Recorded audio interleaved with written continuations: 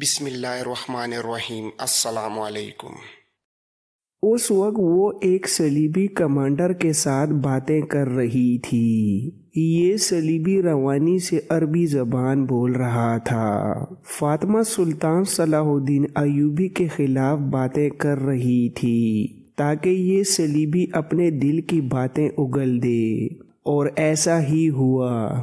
وہ فاطمہ کو بتانے لگا کہ وہ کس طرح سلطان صلاح الدین ایوبی کو ختم کریں گے۔ ان باتوں کے دوران اس نے فاطمہ کے ساتھ بے تکلفی پیدا کر لی، لیکن فاطمہ نے مزاحمت نہ کی کیونکہ اسے کچھ قیمتی راز حاصل ہو رہے تھے۔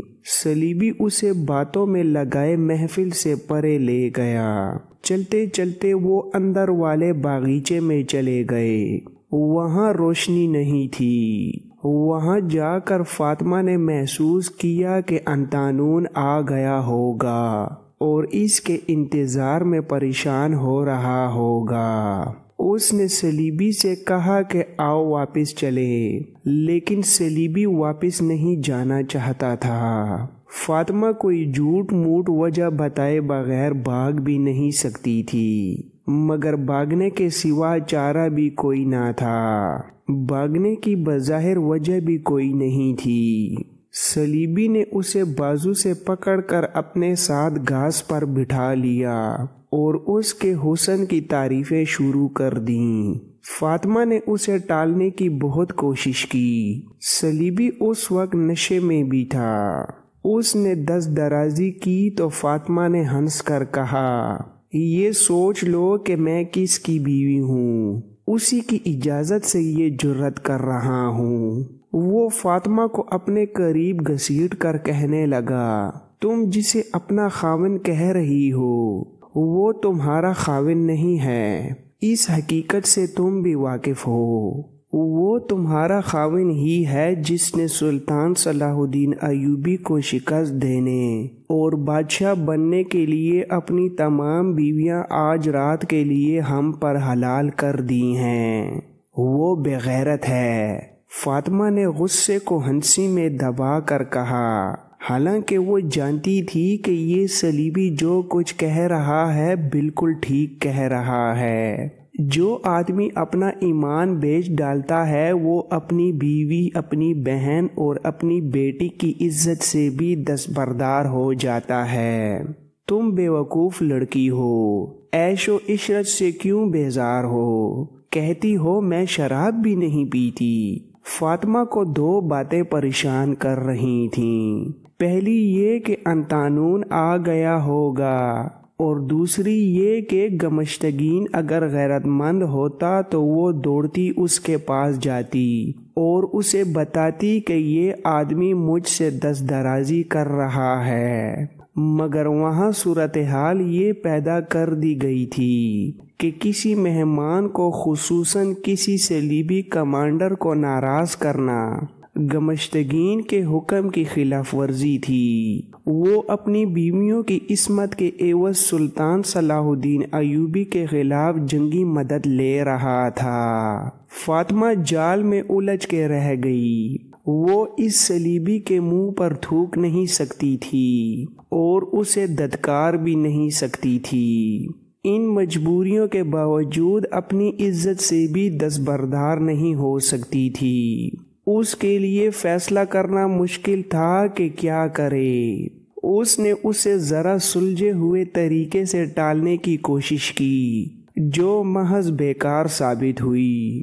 اسے بڑی شدت سے خیال آیا کہ انطانون آ گیا ہوگا۔ وہ پیچ و تاب کھانے لگی۔ اس ذہنی کیفیت میں صلیبی نے ایک بیہودہ حرکت کر ڈالی جس کی وجہ سے فاطمہ بھڑک اٹھی۔ وہ گھاس پر بیٹھے تھے۔ اس نے صلیبی کو بڑے زور سے دھکا دیا۔ وہ پیٹھ کے بل گر پڑا۔ عورت میں غیرت بیدار ہو جائے تو وہ چٹان کو بھی دھکا دے کر گرا سکتی ہے۔ یہ صلیبی تو نشے میں بھی تھا۔ اس نے اسے فاطمہ کا مذاق سمجھا اور کہا لگایا۔ قریب ہی مٹی کا ایک بڑا گملہ پڑا تھا۔ فاطمہ کو غصے نے پاگل کر دیا تھا۔ اس نے یہ وزنی گملہ اوپر کو اٹھا کر صلیبی کے منہ پر دے مارا۔ وہ پیٹھ کے بل لیٹا کہے لگا رہا تھا۔ گملہ اس کی پیشانی پر گرا اور اس کے کہے خاموش ہو گئے۔ فاطمہ نے گملہ پھر اٹھایا۔ صلیبی بے ہوش ہو کر پہلو کے بل ہو گیا تھا۔ فاطمہ نے گملہ اپنے سر سے اوپر لے جا کر اس کے سر پر پھینکا اور وہاں سے غلام گردش میں چلی گئی۔ کسی کمرے میں داخل ہوئی اور اندھیرے میں پچھلے باغیچے میں چلی گئی۔ محفل پر شراب کا نشہ طاری ہو چکا تھا۔ رقص اپنے عروج پر تھا۔ شرابیوں کی ہا ہو نے اس قلعے نما محل کو سر پر اٹھا رکھا تھا۔ کسی کو ہوش نہ تھا کہ کون زندہ ہے اور کون قتل ہو گیا ہے۔ اس ہنگامے سے لاتعلق ہو کر فاطمہ پچھلے باغیچے میں چلی گئی۔ انطانون کی محبت کے جوش اور نشے میں اسے ابھی یہ احساس نہیں تھا کہ وہ ایک انسان کو قتل کر آئی ہے اور مقتول صلیبی ہے۔ وہ انطانون کو فخر سے سنانا چاہتی تھی کہ اس نے اپنی عزت کی حفاظت میں ایک صلیبی کو قتل کر دیا ہے، مگر انطانون وہاں نہیں تھا۔ فاطمہ کا دل اس خیال سے ڈوبنے لگا کہ وہ آ کر چلا گیا ہے۔ اس نے درخت کے پیچھے جا کر دیکھا کہ رسا باہر ہے یا رسا اندر تھا۔ اس کا مطلب یہ تھا کہ انطانون آیا ہے، اسی لیے رسا اندر ہے، مگر وہ کہاں ہے؟ واپس گیا ہوتا تو رسا باہر کو ہوتا۔ وہ وہاں کھڑی ادھر ادھر دیکھ رہی تھی۔ اسے اندھیرے میں ایک سایہ سا حرکت کرتا نظر آیا۔ اس نے غور سے دیکھا، وہ اس کی خادمہ معلوم ہو رہی تھی۔ فاطمہ نے اسے آہستہ سے آواز دی تو وہ خادمہ ہی تھی۔ وہ فاطمہ کی طرف دوڑی آئی اور فاطمہ سے کہا، اسے یہاں نہ ڈھونڈو، وہ آیا تھا۔ میں اس کے انتظار میں چھپ کر کھڑی تھی۔ میں نے اسے دیوار پر دیکھا تھا۔ اس نے رسا اندر پھینکا اور اترنے لگا تو ادھر سے 2 آدمی آتے نظر آئے۔ اس وقت وہ رسے سے اتر رہا تھا۔ دونوں آدمی قریب آ گئے، پر میں اسے خبردار نہ کر سکی۔ وہ دونوں اس کو دیکھتے ہی درخت کے تنے سے لگ گئے۔ وہ جوں ہی نیچے اترا تو ان دونوں نے اسے ایسا جکڑا کہ وہ ان سے آزاد نہ ہو سکا۔ میں آپ کو ڈھونڈتی رہی لیکن میں مہمانوں میں نہیں جا سکتی تھی۔ فاطمہ کو چکر آیا اور جب اسے یہ خیال آیا کہ وہ ایک صلیبی کو قتل کر آئی ہے تو اس کے ہوش اڑ گئے۔ یہ الف لیلہ کی پراسرار اور طلسماتی دنیا تھی جسے فاطمہ جیسی لڑکی نہیں سمجھ سکتی تھی۔ اسے حرم کی ایک لڑکی نے خبردار بھی کیا تھا کہ وہ ایک محافظ سپاہی کے ساتھ محبت کا کھیل کھیل کر غلطی کر رہی ہے۔ اسے اب یہ مسئلہ پریشان کرنے لگا کہ انطانون کو کس نے گرفتار کرایا ہے۔ ان دونوں آدمیوں کو پہلے سے معلوم ہوگا کہ وہ آ رہا ہے۔ اب فاطمہ کو یہ خدشہ نظر آنے لگا کہ اسے بھی گرفتار کیا جائے گا۔ اسے اپنی خادمہ پر بھی شک تھا، وہ بھی تو مخبری کر سکتی تھی۔ وہ کچھ بھی نہ سمجھ سکی۔ خادمہ کو ساتھ لے کر اس نے اوپر سے رسا کھلوایا اور اسے کہا کہ اسے کہیں چھپا دے۔ وہ خود انتہائی گھبراہٹ کے عالم میں سالار شمس الدین اور شابخ کی طرف دوڑی گئی۔ رقص اور شراب کی محفل گرم تھی۔ فاطمہ کو شابخ نظر آ گیا۔ اسے محفل کے اندر سے معلوم ہوا کہ صلیبی کے قتل کا کسی کو پتہ نہیں چلا۔ وہ خرامہ خرامہ شابخ تک گئی اور اسے اشارے سے بلایا۔ الگ جا کر اسے بتایا کہ وہ ایک صلیبی کو قتل کر آئی ہے۔ اس نے وہاں اسے قتل کی وجہ بھی بتائی۔ شادبخت نے یہ خطرہ محسوس کرتے ہوئے کہ فاطمہ کو کسی نے اس صلیبی کے ساتھ ادھر جاتے دیکھا ہوگا جہاں اس کی لاش پڑی ہے، اور اس کے پکڑے جانے کا امکان بڑا واضح ہے، اس نے کہا تمہیں اب یہاں نہیں رہنا چاہیے۔ تم اگر گرفتار ہو گئی تو میں ہی بہتر جانتا ہوں کہ گمشتگین تم جیسی خوبصورت لڑکی کا قید خانے میں کیا حال کرائے گا۔ اگر اس کا باپ بھی مارا جاتا تو وہ پرواہ نہ کرتا، لیکن وہ ایک صلیبی کماندار کے قتل کا بڑا بھیانک انتقام لے گا۔ فاطمہ نے پوچھا تو پھر میں کہاں جاؤں؟ شادبخت نے کہا تھوڑی دیر یہیں گھومو پھرو، میرا بھائی شمس الدین آ جائے تو اس سے بات کروں گا۔ فاطمہ نے خوف سے کانپتی آواز میں پوچھا وہ کہاں چلے گئے ہیں؟ کچھ دیر پہلے انہیں اطلاع ملی تھی کہ پچھواڑے کی دیوار سے رسے سے پھلانگ کر ایک آدمی اندر آ گیا تھا۔ معلوم نہیں وہ کون ہے اور کس ارادے سے اندر آیا تھا۔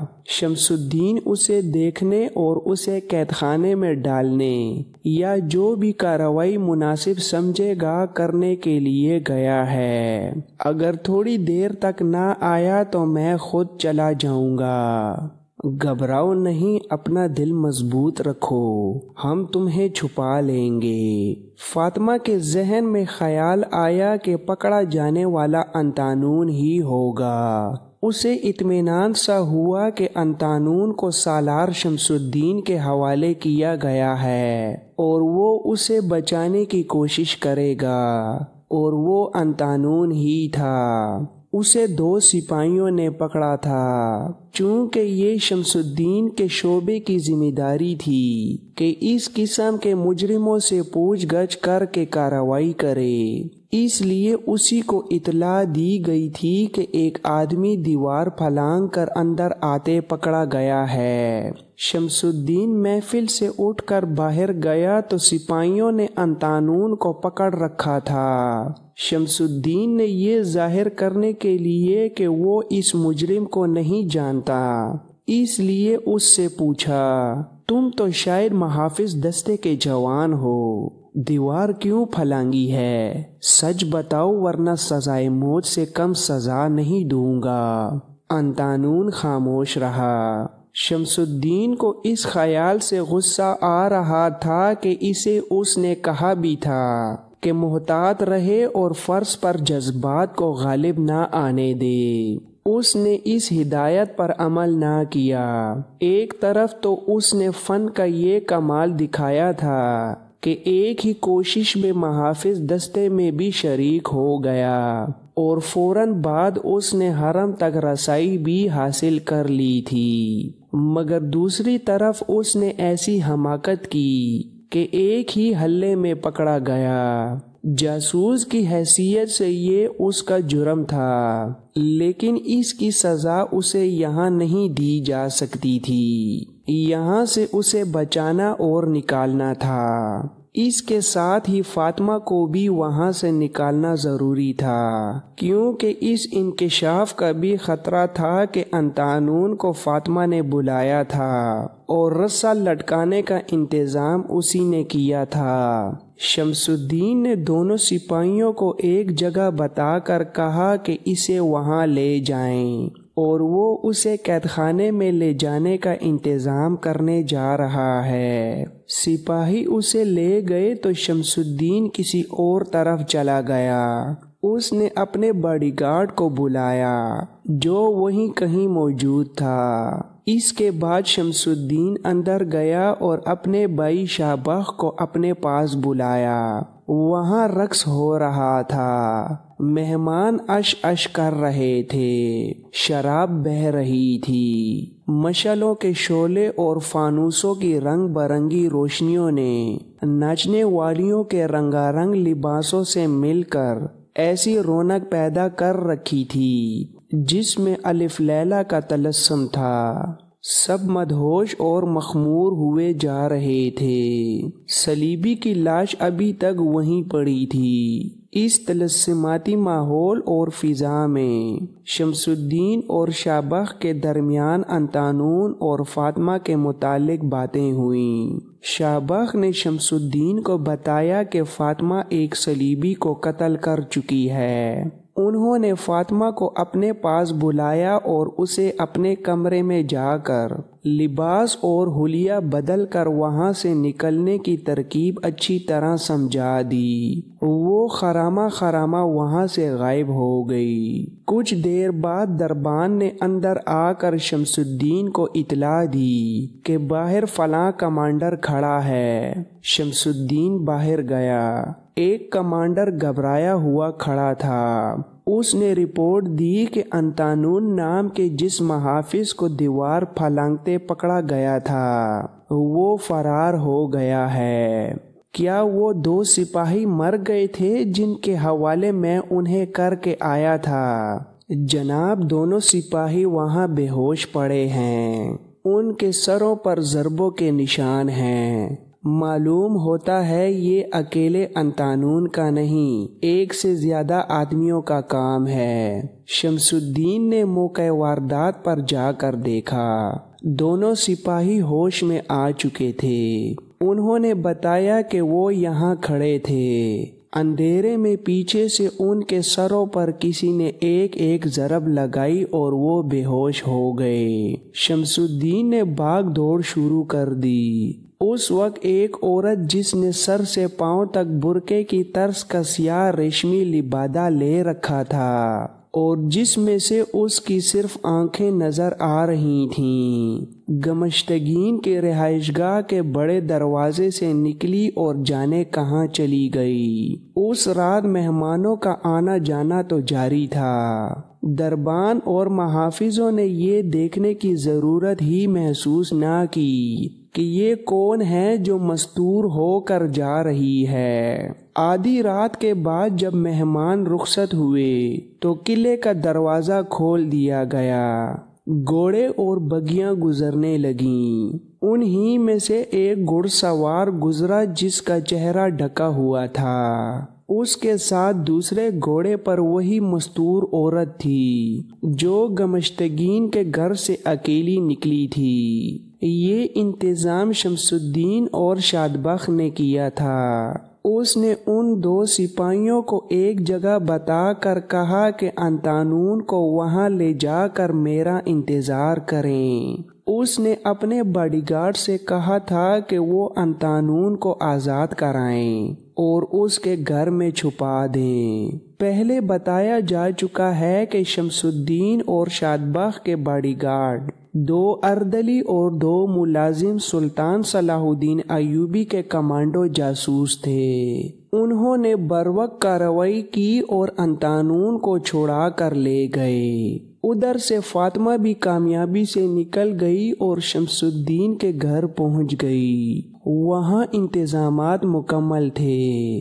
جب مہمان نکلے تو انہیں گھوڑے دے کر وہاں سے نکال دیا گیا۔ یہ رات تو رقص اور شراب کی مدہوشی میں گزر گئی، لیکن اگلی صبح صلیبی کی لاش دیکھی گئی اور گمشتگین کو یہ اطلاع بھی ملی کہ اس کا ایک محافظ اور اس کے حرم کی ایک لڑکی لاپتہ ہے۔ اس نے یہ حکم دے دیا کہ جن 2 سپاہیوں کی حراست سے انتانون بھاگا ہے ان دونوں کو عمر بھر کے لیے قید خانے میں ڈال دیا جائے۔ انتانون اور فاطمہ کا فرار سب کو بھول ہی گیا، کیونکہ گمشتگین کے صلیبی دوستوں نے اپنے ایک کمانڈر کے قتل پر اودھم برپا کر دیا تھا۔ انہیں دراصل اپنے کمانڈر کے مارے جانے پر اتنا افسوس نہیں تھا جتنا انہوں نے غل غبارہ مچایا تھا۔ وہ دراصل گمشتگین کے ساتھ ناراضگی کا اظہار کر کے اس سے کچھ اور مراعات لینا چاہتے تھے اور یہ شے دینا چاہتے تھے کہ وہ سلطان صلاح الدین ایوبی پر حملہ کر دے۔ صلیبی جانتے تھے کہ مسلمانوں کے حرموں میں ایسے ڈرامے کھیلے ہی جاتے رہتے ہیں جن میں لڑکیاں اغوا بھی ہوتی ہیں، از خود بھی غائب ہوتی ہیں اور وہاں پر اسرار قتل بھی ہوتے ہیں، لیکن وہ گمشتگین کو مجبور کر دینا چاہتے تھے کہ وہ سر ان کے قدموں میں رکھ دے جن سے مدد مانگی جاتی ہے۔ وہ اپنی ہر شرط منواتے اور غلام بنانے کی کوشش کرتے ہیں۔ صلیبیوں کی تو نیت ہی کچھ اور تھی۔ یہ صورتحال چھپائی نہ جا سکی۔ حلب تک اس کی خبر پہنچ گئی۔ وہاں کے درباری امراء جو سلطان صلاح الدین ایوبی کے خلاف لڑ رہے تھے گمشتگین کو بھی اپنا اتحادی بنانا چاہتے تھے۔ انہوں نے الملک الصالح کی طرف سے گمشتگین کی طرف ایک ایلیچی بھیجا۔ اس کے ساتھ رواج کے مطابق بیش قیمت تحائف تھے۔ ان تحائف میں 2 جوان لڑکیاں بھی تھیں۔ گمشتگین آرام کر رہا تھا۔ ایلیچی اور لڑکیوں کو شمس الدین کے پاس لے گئے کیونکہ گمشتگین کے بعد وہی سالار تھا جو سرکاری امور کی دیکھ بھال کرتا تھا۔ اپنے گھر میں لڑکیوں کو الگ بٹھا کر اس نے ایلیچی سے پوچھا کہ وہ کیا پیغام لایا ہے۔ اس نے جو طویل پیغام دیا وہ مختصراً یوں تھا کہ سلطان صلاح الدین ایوبی نے جب حلب کا محاصرہ کیا تھا تو ریمان اس وقت صلیبی فوج لے کر آیا تھا جس کی وجہ سے سلطان صلاح الدین ایوبی نے محاصرہ اٹھا دیا، مگر ریمان بغیر لڑے فوج واپس لے گیا۔ صلیبی آئندہ بھی ہمیں دھوکہ دیں گے۔ ہم اگر الگ الگ ہو کر سلطان صلاح الدین ایوبی کے خلاف لڑیں گے تو ہم سب شکست کھائیں گے۔ ہمیں متحد ہو جانا چاہیے تاکہ سلطان صلاح الدین ایوبی کو ہمیشہ کے لیے ختم کر سکیں۔